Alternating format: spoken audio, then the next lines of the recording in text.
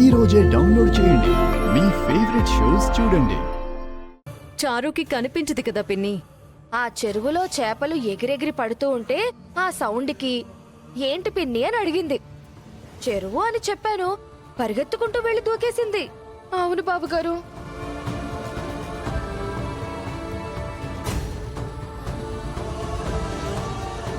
ఓహోహోహో, చేపలు ఎగిరి పడుతుంటే పెద్ద పెద్ద సౌండ్స్ వచ్చాయా? సూపరు. ఆ, కాలుకేస్తే వేలికి, వేలికేస్తే కాలుకి వెయ్యకండి. అయినా ఈ సమస్యలన్నింటికి మూల కారణం నువ్వే సీను.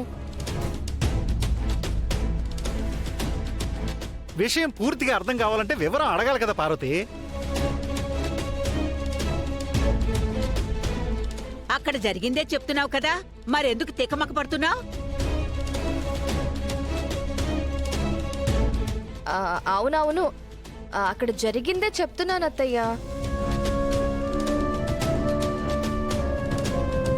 అయినా దీనంతటికీ కారణమైన ఆద్యని మాత్రం ఎవరూ ప్రశ్నించకండి. పార్వతి,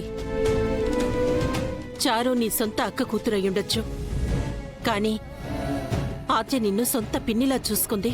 కాదని నేనేం అనలేదు కదక్కా. శత్రువుల్ని నిందించినట్టు నిందిస్తున్నావు ఆద్యని. అంటే అది అసలు ఏం చేసింది ఆద్య? ఎందుకు ప్రతిదానికి ఆద్యని మధ్యలోకి లాగి మాట్లాడుతున్నావు? న్యాయంగా మాట్లాడాలంటే సీనుని పెళ్లి చేసుకుని వచ్చింది చారుయే కదా.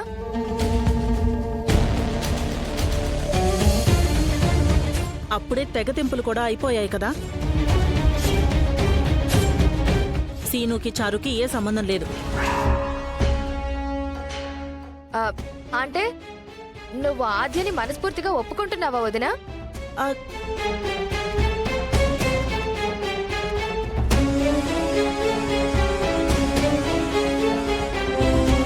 అవును, ఇప్పుడు నా కోడలు ఆద్యనే.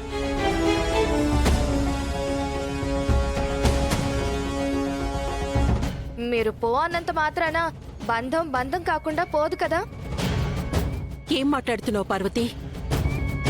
చారు ఏం చేసిందో మర్చిపోయావా? పెళ్లి చేసుకుని కాపురం చెయ్యొద్దని ఈ ఇంట్లో వాళ్ళు చెప్పారా? లేదు కదా. అంటే అప్పుడు గ్రహాలు అనుకూలించలేదు. బుద్ధి బాగుంటే ఏ గ్రహం అడ్డురాదు. సర్లే, నేనడుగుతున్న దానికి సమాధానం చెప్పు పార్వతి. తనకి ఇంట్లో వాళ్ళని మోసం చేయమని ఎవరు చెప్పారు? కేసులో ఇరికించమని ఎవరు చెప్పారు? తన కాపురం నాశనం చేసుకోమని ఎవరు చెప్పారు? ఇవన్నీ తన స్వయం కృతాపరాధాలే కదా. నువ్వు ప్రతి దానికి ఆర్చనెందుకు తీసుకొస్తున్నావు?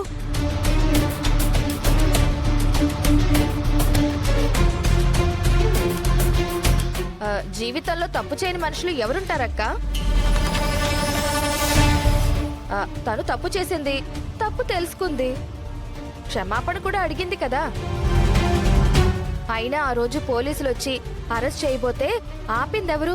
చారుయే కదా.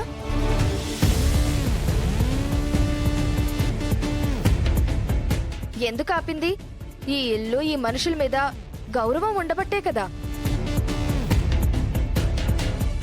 అవన్నీ వీళ్ళకి అర్థం కావలే పిన్ని.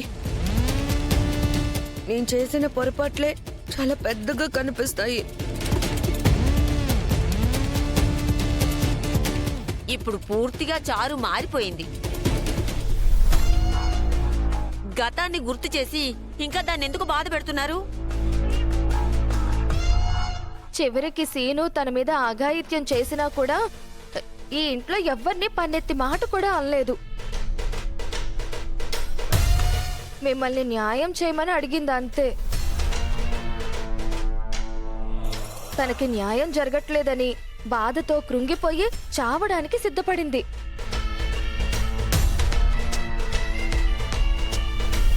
తన ప్రాణాన్ని తనే తీసుకోవాలని చూసింది. జరిగిన తప్పుకి తనకి తానే శిక్ష వేసుకోవాలనుకుంది. అంతేగాని మనల్ని ఎవరినైనా పనెత్తి మాట అందా?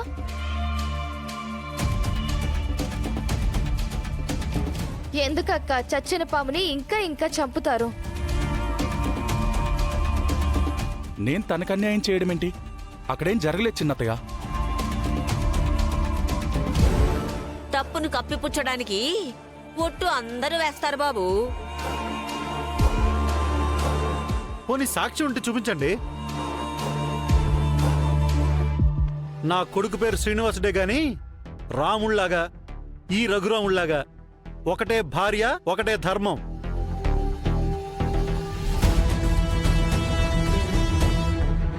వాడిది మా బావగారు అంశ.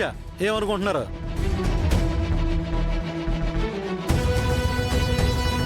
మావయ్య, భార్యాభర్తలకు గదిలో శోభనం జరిగిందంటే దానికి సాక్ష్యం అడుగుతామా?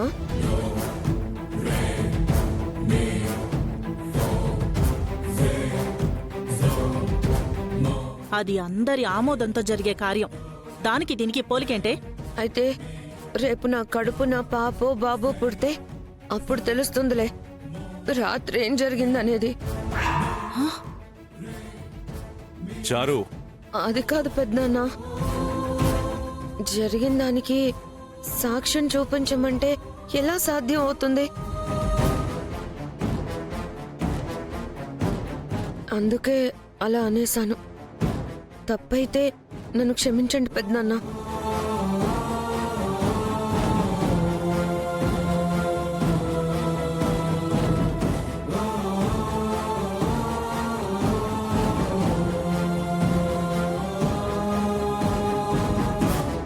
నువ్వు తినమ్మా చారు.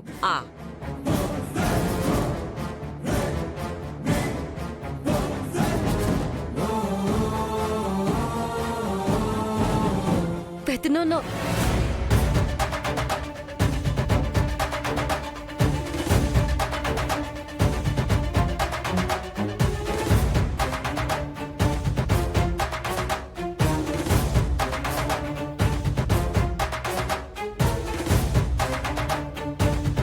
శివరాం అనయ్య, నేను నీతో ఒక విషయం మాట్లాడాలి. నేను కూడా నీతో ఒక విషయం మాట్లాడాలన్నయ్య. ఏంటి? ముందు నువ్వే చెప్పన్నయ్య. ఏ విషయం మాట్లాడాలనుకుంటున్నారు? అన్నయ్య మాట్లాడాలనుకున్న విషయాన్ని ముందు మాట్లాడిని బొమ్మ.